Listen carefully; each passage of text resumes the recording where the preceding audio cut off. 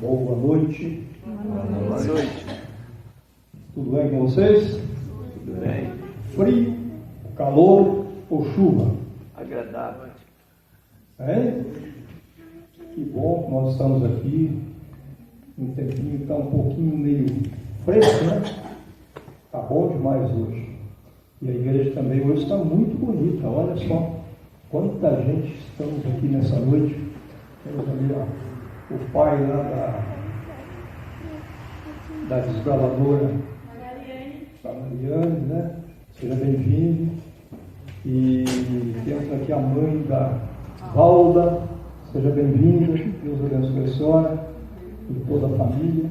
Tem mais alguém aí? Diferente aqui conosco nessa noite? Um rapaz lá atrás. Ah, tem um jovem lá atrás. Quem é você, meu jovem? Não. Hein? Kelvin. Kelvin. Deus abençoe você e a família.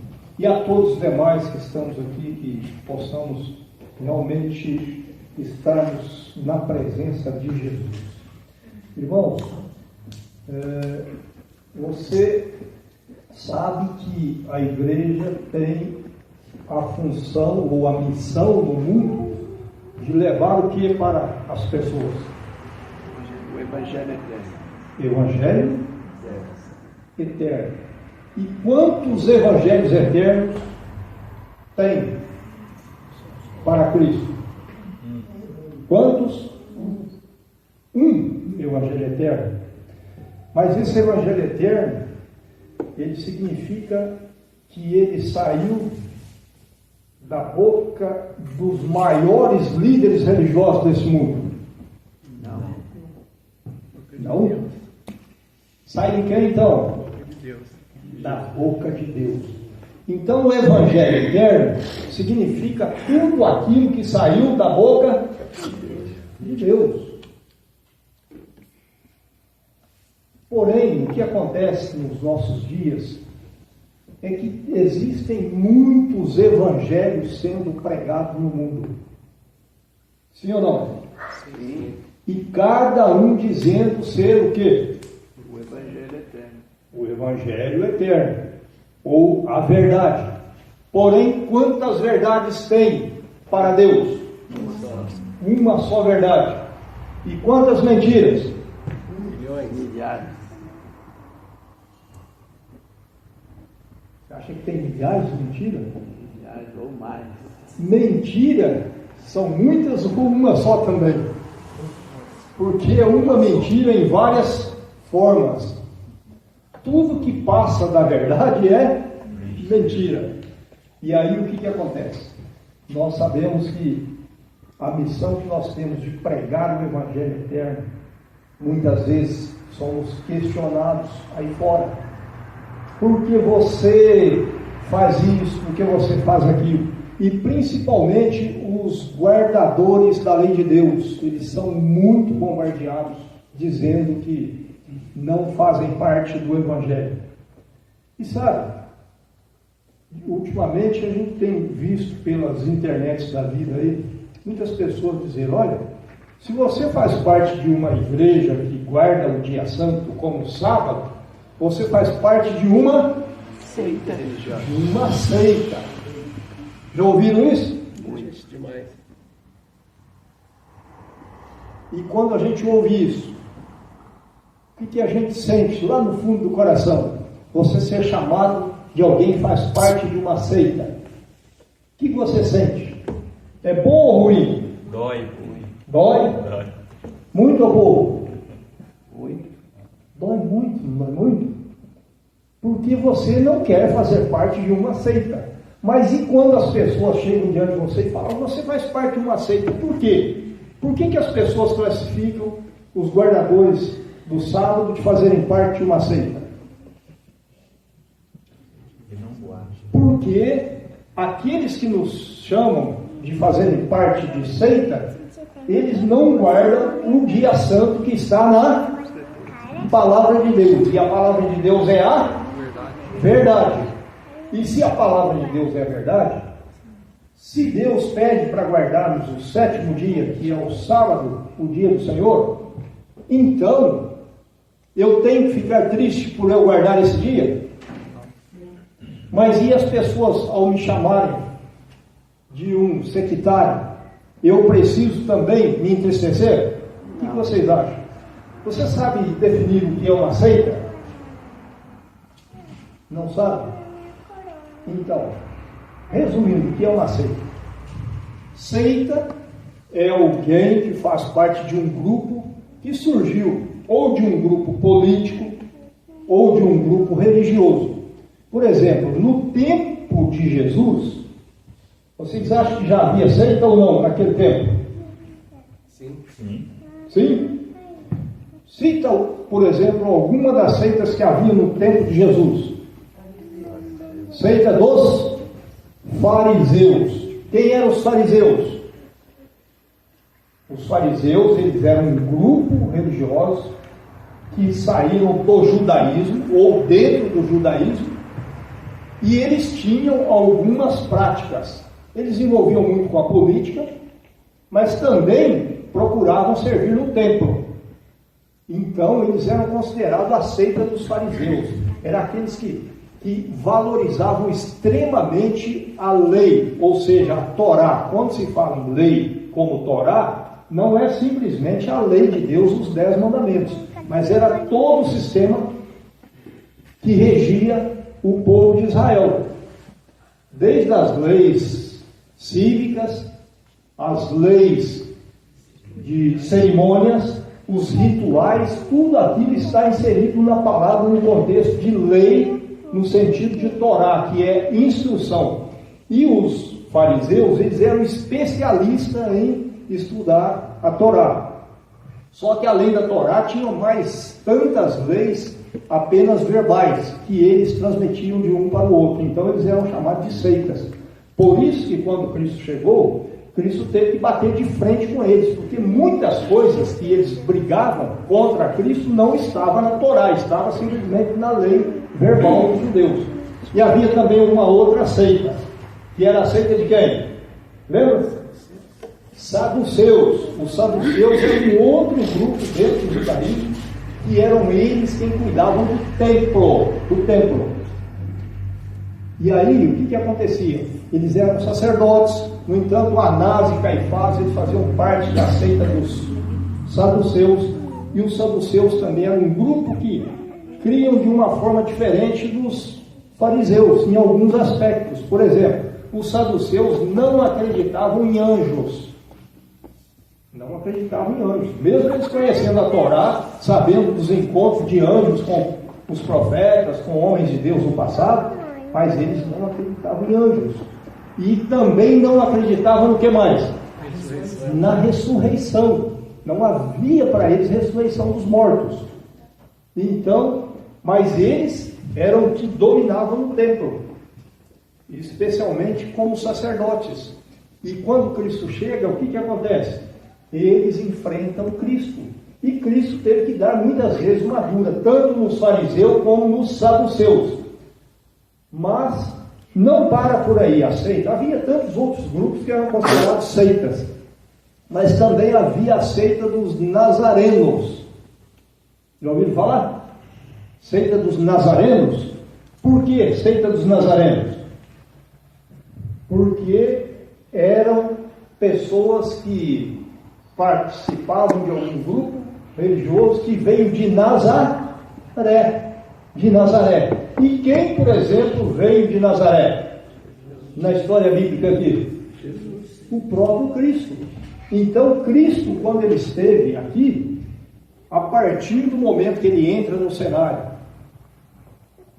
para desenvolver o seu ministério, que ele arregimenta ali as pessoas, os seguidores, os discípulos, e eles começam a segui-lo, e começam muita gente seguindo, eles foram chamados também de seita dos nazarenos. Então não havia somente a seita dos fariseus e saduceus, havia também a seita dos nazarenos, que eram seguidores de Jesus. Agora, nos nossos dias, hoje, existem pessoas que classificam cristãos como seitas. E para ser seita, tem que haver alguma diferença entre o grupo religioso. Porém, a maioria dos cristãos que hoje temos como denominações cristãs, elas se enquadram dentro de doutrinas que para elas formam um corpo, tanto faz uma igreja quanto a outra, mesmo que tenha uma pequena diferença na doutrina, mas elas acham que para ser igreja tem que ter alguns pontos básicos fundamentais, entre eles, crer que Jesus é Deus, crer que Ele voltará e crer no Espírito Santo. Então, para ser uma igreja no conceito, no neopentecostalismo, em muitos protestantes ou evangélicos no mundo hoje, as pessoas ou as igrejas têm que cortar essas qualidades. Agora, eu e você fazemos parte de um grupo, e o nosso grupo, muitas vezes, ele é taxado de seita por muitos desses nossos irmãos aí fora, que por desconhecerem princípios bíblicos, nos qualificam como seita por alguns motivos. Mas eu pergunto, você crê na volta de Jesus? Sim. Você crê que Jesus é Deus? Sim. Você crê no Espírito Santo? Sim. Então, nós não podemos sermos taxados de seita, no sentido negativo como as pessoas utilizam aí fora. Agora, mesmo a palavra seita, ela pode ser aplicada também, como foi aplicada nas Escrituras para algumas pessoas. Por exemplo, vamos ler a Bíblia. Gostaria que você acompanhasse comigo na sua Bíblia. Atos 28, 22. E nós estamos fazendo uma pequena consideração sobre esse conceito de seita, porque nessas últimas semanas está sendo bombardeado por aí na internet, acusando a igreja, principalmente os guardadores da lei de Deus, os guardadores do sábado, de fazerem parte de seita. E líderes religiosos estão fomentando seus fiéis a questionarem a você que guarda o dia santo, o sábado. E aí? Que resposta você vai dar para essas pessoas? Olha, realmente eu faço parte de uma seita porque eu guardo o dia santo, o sábado, mas olha só esse texto aí. Como foram chamados os cristãos naquele tempo? Atos 28, 22. Gostaria que alguém lesse bem alto para nós. Contudo, gostaríamos de ouvir o que pensas, porque na verdade é corrente a respeito desta seita que, por toda parte, é ela impugnada. Olha, nesse texto foi mostrado que havia uma corrente no meio do povo ali que foi chamada de seita, e que esta corrente, ela disseminou muitos assuntos no meio do povo com relação à salvação e ao Salvador. E de quem que eles estavam falando ali?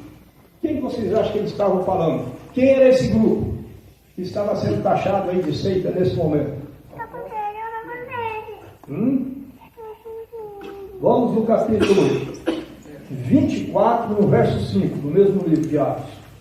Capítulo 24, verso 5. Olha o que diz no texto. Por quê? Todos acharam?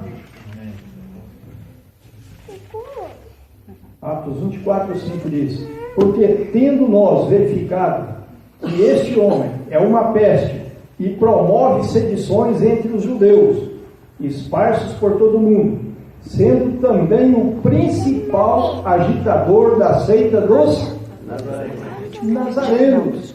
Olha aí, lembra que eu falei que havia também a seita dos Nazarenos? E essa seita dos Nazarenos aqui, considerado por esse grupo aí, era quem? Eram os seguidores de Jesus. E aqui especificamente o apóstolo Paulo. Agora, o apóstolo Paulo, antes de ser Paulo, ele era Saulo. E como Saulo, ele também fazia parte de uma seita. De que seita que ele fazia parte? Dos fariseus. E quem eram os fariseus da época? Eram os que perseguiam Jesus e os seus seguidores. Agora, Paulo, quando ele se converte, ele tem um encontro com Cristo, ele passa a aceitar Jesus como Salvador. E ele foi considerado também fazer parte da seita dos Nazarenos.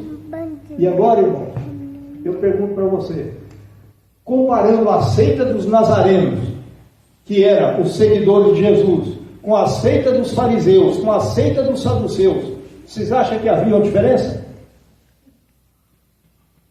Em questão de atitudes de um grupo e de outro? Havia, e muita diferença. Por exemplo, o que os fariseus e os saduceus fizeram com Jesus? No templo, eles aceitavam ele chegar ali e pregar abertamente o que ele queria e tinha que falar para a humanidade? Não aceitavam. E sabe de uma coisa, por que eles não aceitavam? Porque ele vinha trazer as verdades que o povo precisava ouvir. Porém, quando ele apresentava as verdades, os fariseus, os saduceus, os questionavam. Por quê? Porque a doutrina que Cristo apresentava era diferente da doutrina dos fariseus e dos saduceus. Da mesma forma que Jesus, ele era impedido muitas vezes de pregar o Evangelho eterno, porque havia os grupos da seita dos fariseus e saduceus e outros grupos que o impediam de fazer isso, porque não aceitavam toda a verdade da palavra de Deus. Hoje, muitas vezes, você é também quase que impedido de pregar as verdades por aí afora, porque você é classificado como fazer parte de uma seita. Mas por quê? Porque eu guardo a lei de Deus, procuro guardar a lei de Deus conforme está nas Escrituras. Nas Escrituras diz que o dia santo na lei de Deus é o sábado. E onde você vai encontrar domingo nas Escrituras como dia santo? Traga um verso para mim, para que eu possa também passar esta mensagem para as pessoas. Mas, diante de todos os contextos bíblicos que são apresentados nas Escrituras com relação a dia santificado por Deus, nós encontramos de Gênesis ao Apocalipse apenas um dia considerado por Deus santo: o sábado do Senhor. Onde está ele? Êxodo 20, verso 8. Lembra-te do dia de sábado para o santificar. E quando chegamos lá em Apocalipse, no capítulo 14, verso 12, a Bíblia diz que Cristo virá para buscar um grupo, um povo, que estão se preparando para a sua volta. E a qualidade desse povo, ela tem a referência tanto do Velho Testamento como do Novo Testamento. Por exemplo, se você pegar no livro de Isaías, no capítulo 8, verso 20, lá mostra a qualidade do povo de Deus no Velho Testamento. Vocês lembram de qual que diz lá? Isaías 8, 20? Alguém lembra? A lei de Deus e ao testemunho. Se eles quem? Os mensageiros, os portadores, os que dizem ter a verdade, se eles não falarem desta maneira, nunca verão a alva. E quem é a alva? Cristo, a estrela da manhã, a estrela da alva. Por isso, irmãos, as pessoas do Velho Testamento, que eram considerados o povo de Deus, eles portavam essas duas características: a lei de Deus e o testemunho. E se você pegar lá em Apocalipse 12, 17, olha só agora, final da Bíblia, Novo Testamento, povo preparado para a volta de Jesus, que também portam as duas características. O que diz lá? Alguém lembra aí? Apocalipse 12, 17. Vamos ler? Olha só.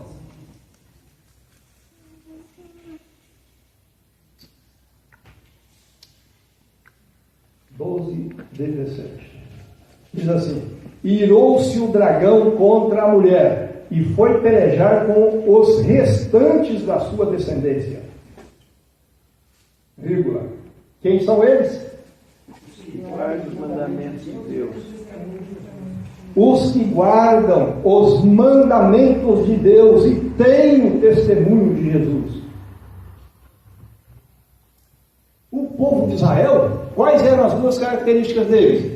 Dos verdadeiros mensageiros: guardar a lei de Deus e ter o testemunho. E o povo do advento que estarão aguardando a volta de Jesus, tem que ter as duas características: obediência aos mandamentos e ter o testemunho de Jesus. Então, tanto a igreja do Velho Testamento quanto a igreja do Novo Testamento, ela tem que estar com a lei de Deus. Onde? Cravada na cruz? Coração. Não, no coração.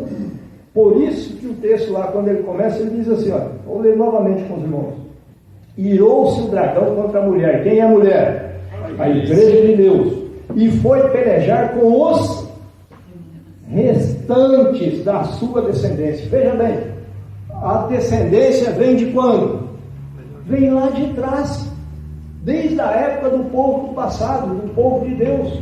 Em todos os tempos, o povo de Deus guardaram a lei de Deus e tiveram fé no testemunho. E assim, se você hoje for abordado, tanto pelas mídias, quanto pessoalmente, quanto por algum líder, por algum irmão desinformado lá fora, e dizer a você que você faz parte de uma seita, não fica triste não, porque o povo de Deus, desde os tempos de Cristo, já foram considerados também como seita. Só que a seita de Jesus é a seita que salva. Agora, a seita dos fariseus era aquela que impediam as pessoas de ouvir as verdades de quem? Do próprio Cristo.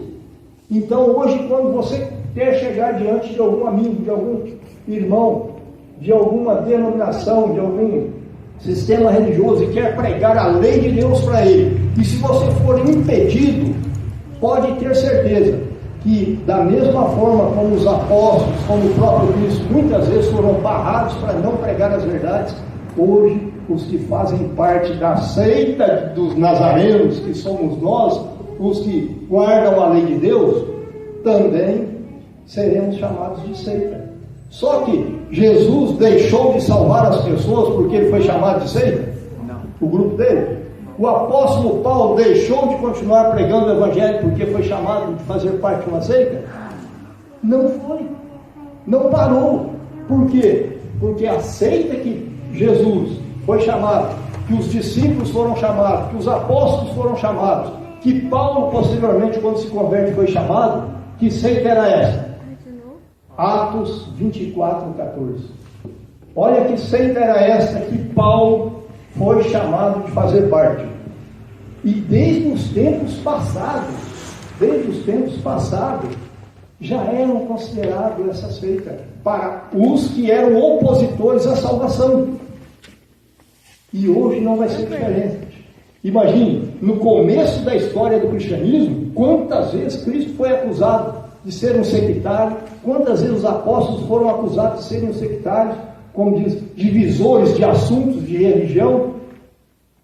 E hoje, no final dos tempos, você acha que o dragão vai ficar barato? Vai deixar barato? Ele não vai deixar barato.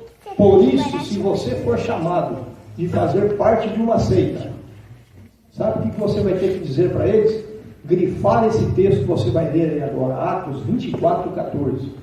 E essa é a última palavra que você vai poder dar para as pessoas. Agora, se eles entenderem o recado, parabéns para eles, por entenderem que a seita dos nazarenos, que foi acusada muitas vezes por pregar a verdade, é a mesma seita que eu e você fazemos parte, é a mesma seita que Paulo fazia parte. Olha só o que diz aí agora, Atos 24:14. Eu quero ler aqui no microfone esse texto, para que a gente possa meditar um pouquinho nele.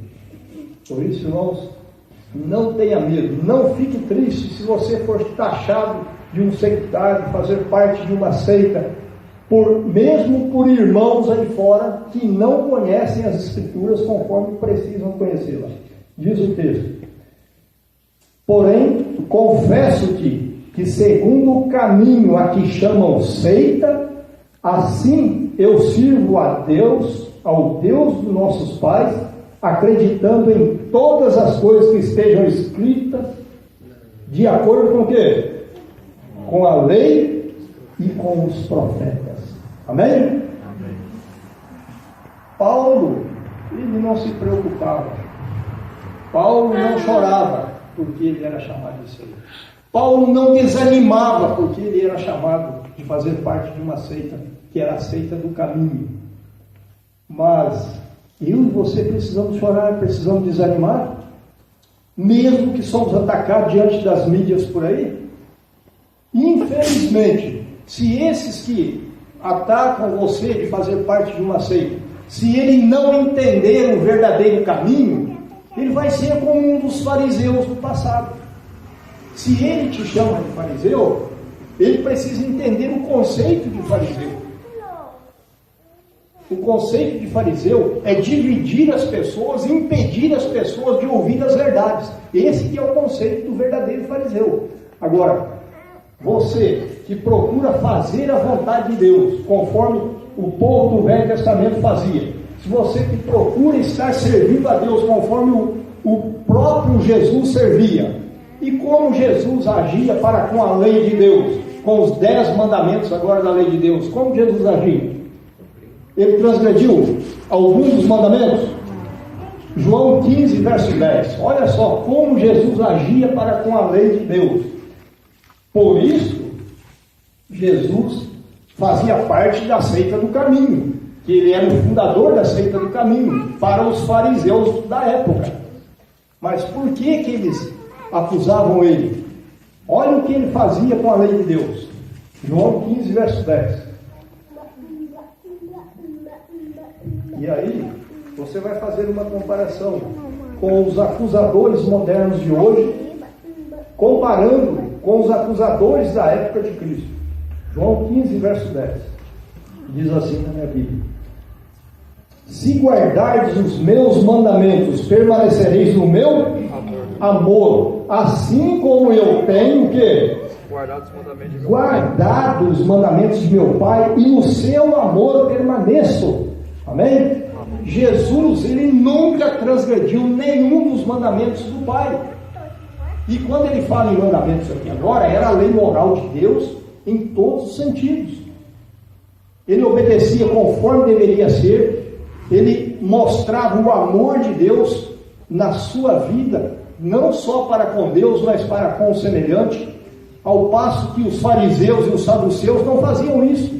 Por exemplo, se tivesse uma pessoa doente no dia de sábado para um fariseu daquele, o que ele fazia? Como que ele resolvia o problema? No dia de sábado, se uma pessoa ficasse doente, como que eles resolviam o problema? Eles iam lá e curavam ele? Levavam para o hospital? Não. Enquanto não passavam as horas do sábado, eles não punham a mão nele para curar. Mas se uma ovelha caía na cova, eles iam lá e tiravam a ovelha. Lembra de uma passagem que Jesus falou isso para eles? Por que a ovelha no dia de sábado eles tiravam da cova e o doente eles não curavam? E quando Jesus chegou e curou um doente no dia de sábado, eles acusaram Cristo de estar transgredindo. Mas aí Cristo dá essa aí para eles: olha, se a ovelha de vocês cai na cova, vocês não vão lá e tiram ela? Agora, se vocês tiram a ovelha para ela não ficar lá sofrendo no dia do sábado, na cova, eu, como Cordeiro de Deus, não posso curar uma ovelhinha minha no sábado? Claro que pode. E era o que eles deviam fazer também. Mas a ovelha que pertence a Cristo, eles não curavam. Mas a ovelha que dava dinheiro para eles venderem no templo como oferta para o pecado, eles tiravam. E julgavam ficar sem culpa. Por que eles tiravam a ovelha, que era um trabalho, e se julgavam ficar sem culpa? Porque quando eles olhavam para a ovelhinha caída na cova, eles pensavam assim: olha, se a ovelha é para o perdão dos pecados, é para o sacrifício, então nós podemos ir lá, trabalhar nela, tirar ela da cova, fazer isso, fazer aquilo, que Deus não vai cobrar de nós. Por isso que eles tiravam a ovelha e se julgavam ficarem sem culpa. E de fato, não era pecado eles tirar a ovelha. Mas uma pessoa, se ficasse doente, eles deixavam ela morrer se fosse caso de morte. Enquanto não passava o sábado, eles não punham a mão. E aí Jesus falou: se vocês tiram essa ovelha, que levam depois para vender no templo, ganhar seu dinheiro,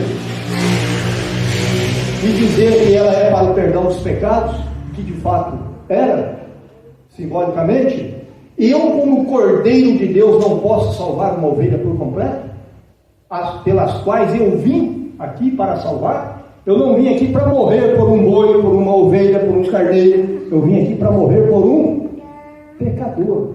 Então, Deus, no dia de sábado, Ele não cruza os braços e diz assim: olha, eu não vou salvar ninguém hoje, porque hoje é meu dia de descanso. Deus não faz isso. Imagina se Deus chegasse no sábado: eu vou parar aqui de mandar o ar, vou parar aqui de mandar a água, vou parar aqui de fazer as vegetações crescerem.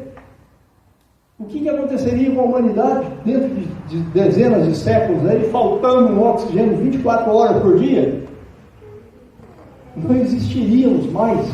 Então, aquilo que é em prol do benefício do ser humano, da manutenção da vida, Deus não para. Mas aquilo que Ele determina para eu e você parar, que são o 7º dia para adorá-lo em espírito e em verdade, Ele já nos dá 6 dias para os nossos trabalhos.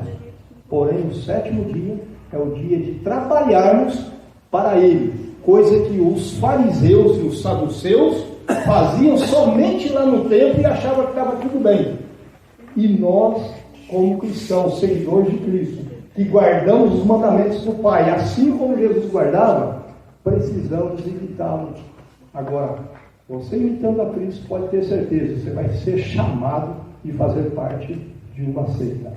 Mas não fique triste, porque a seita que Jesus fundou é a seita que salva. Amém? A seita que te acusam, os fariseus modernos que te acusam hoje, além deles não guardarem a lei de Deus como está nas Escrituras, fazem completamente ao contrário e muitas vezes agem como os fariseus da época, impedem outras pessoas de ouvirem as verdades da palavra de Deus e seguir verdadeiramente aquilo que está escrito. Por isso, não tenha medo de fazer parte desse grupo que guarda os mandamentos de Deus e tem o testemunho de Jesus, e prepare-se para a sua volta. Amém. Porque é esta seita que Jesus virá em breve buscar. Você está preparado? Eu gostaria de falar muito mais coisas aqui, mas como o nosso tempo é um tempo de mensagem aqui, não é simplesmente uma sala de aula para nós estudarmos mais, mas quem sabe um dia a gente pode até aprofundar mais nesse tema. E se por acaso você que ouvir esta mensagem em algum momento, em algum lugar, quiser mais informações sobre esse assunto, sobre o que é a igreja que é chamada de seita, por guardar os mandamentos de Deus, por que você pensa assim? Você baseia isso em que texto das Escrituras? Traga para nós as suas informações. Gostaríamos de compartilhar com você aquilo que as Escrituras apresentam, para que você também possa se esclarecer das verdades que o preparará para a breve volta de Jesus. Mas, para nós que estamos aqui, que Deus fortaleça a nossa fé. E, em algum momento, você pode ser abordado dessa forma. Mas não tenha medo, tenha coragem e leve esta missão avante. Porque os que fazem parte da seita de Jesus, a lei de Deus, ela não foi cravada na cruz. Ela foi cravada onde? No meu e no seu coração. Eu gostaria de pedir para o sonoplasta achar a pastinha ali, Ronaldo, músicas, e colocar a música número 7. A hora que você achar, você me dá um joinha aqui para eu saber. Mas, irmãos, ao dizerem por aí, enquanto você acha lá, só complementando aqui, ao dizerem por aí que Jesus morreu na cruz e acabou, aboliu a lei e não precisamos mais, tenha em mente o seguinte: Cristo, Ele não morreu na cruz para apagar a lei que mostra os pecados. A lei de Deus é como um espelho, e o espelho, você olha no espelho para quê? Para ver como está o rosto, o cabelo, né? Quem tem, né? E aí, quando você chega diante do espelho, a barba está grande, Você quer tirar a barba, aí o que você faz com o espelho? Espelho, espelho meu, tira a minha barba? É isso? Não. A mulher chega toda descabelada lá de manhã, espelho, espelho meu, pentei meu cabelo? Não. Você vai ter que pegar o pente, você vai ter que pegar a água, você vai ter que pegar o sabão, tem que pegar a gilete e ir lá fazer o serviço. Assim é a lei de Deus. Ela não é o Salvador, mas ela é o espelho que mostra a minha condição e a sua condição e a condição do mundo perante Deus. Agora, o remédio, a solução é Jesus. Então, essa história que Jesus morreu, aboliu a lei, acabou com a lei, cravou a lei na cruz, ele não morreu na cruz para apagar a lei que mostra os pecados. Ao contrário, ele morreu na cruz para quê? Para apagar os pecados que a lei nos mostra. É simples assim. Você aprendeu essa regra, ninguém tira do seu coração. E assim, irmãos, nós sabemos que estamos vivendo um tempo em que a igreja, cada dia mais, ela vai ser perseguida e bombardeada. E sabe por que isso? Porque o diabo sabe que o tempo dele está...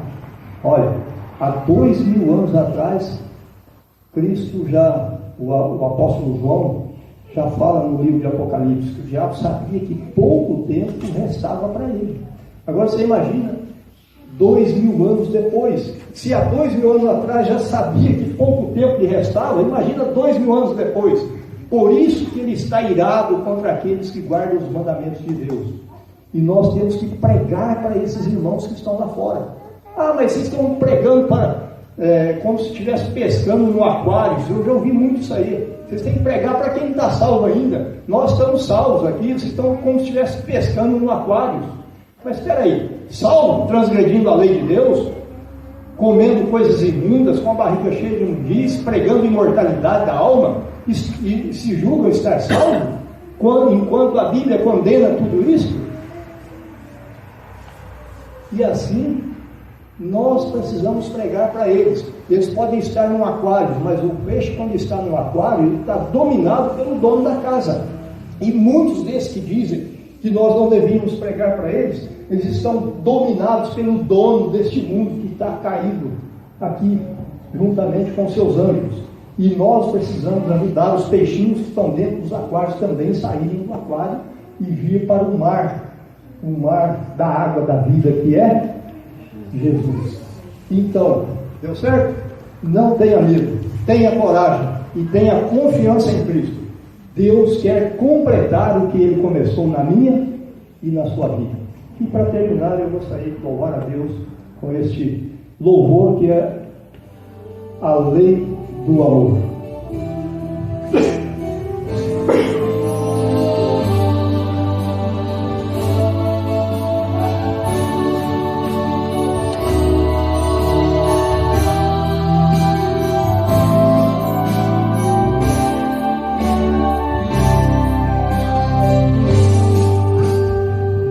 No monte Sinai, Deus chamou a Moisés,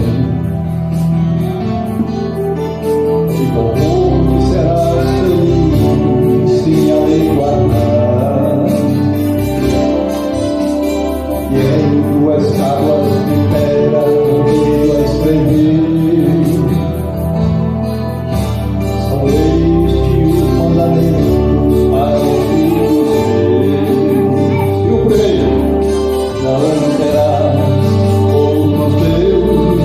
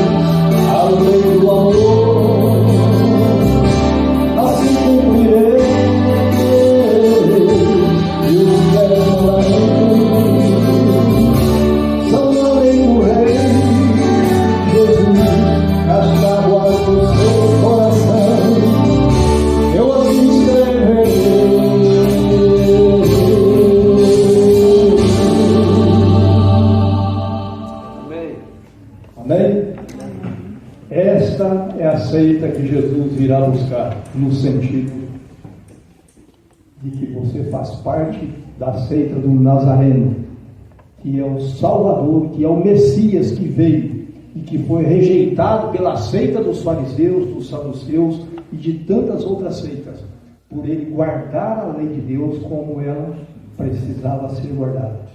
E hoje, eu e você também precisamos fazer parte desse grupo que crê nesse Messias, nesse Salvador, e guarda a mesma lei que ele obedecia, por amor a ele e ao nosso querido Pai.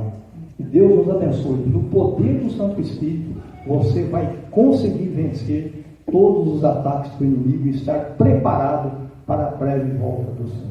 Amém? Grande Deus e Pai, te agradecemos por esse momento em que passamos aqui meditando em Tua Santa Palavra. Que o Senhor venha fortalecer a fé de cada um de nós.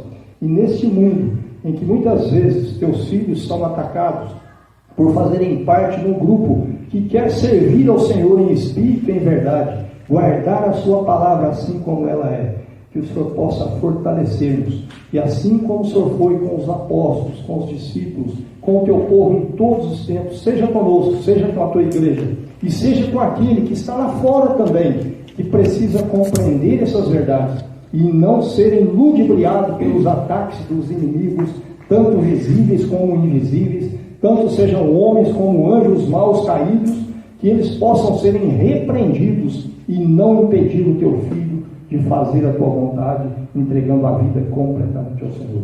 Abençoa-nos durante a semana que está diante de cada um. Abençoe seus familiares, cure-os das enfermidades, repreenda todos os males e abra as portas dos céus e derrame as bênçãos pelas quais forem necessárias para cada um de nós.